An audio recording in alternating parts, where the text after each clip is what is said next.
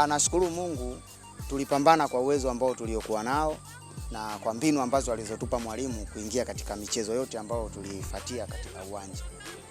Michezo yote tulipambana na ilikuwa migumu, lakini mbali na mbali Mwenyezi Mungu alitujalia afya, nguvu na morali ya kupambana mpaka tumefika kwenye fainali, tukafika kwenye mikwaju ya penalty kupata ushindi.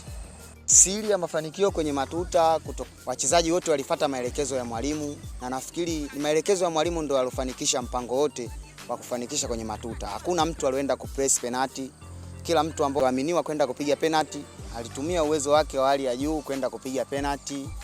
Tunashukuru Mungu wachezaji hawakuwa na pressure kwenye penalty, na mipango iliyokuwa inafuatia kwenda katika mchezo wa nusu finali au mingineyo, mwalimu alituita, alituelekeza mbinu mbadala kutokana na michezo ambayo tulikuwa tunacheza, uwepesi wake na ugumu wake.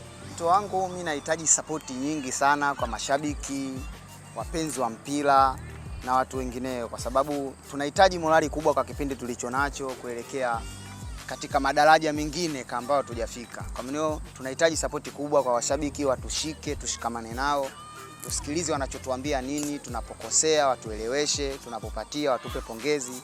Kwa hiyo bado tunahitaji msaada mkubwa kwa mashabiki na watu aina mbalimbali wapenda michezo.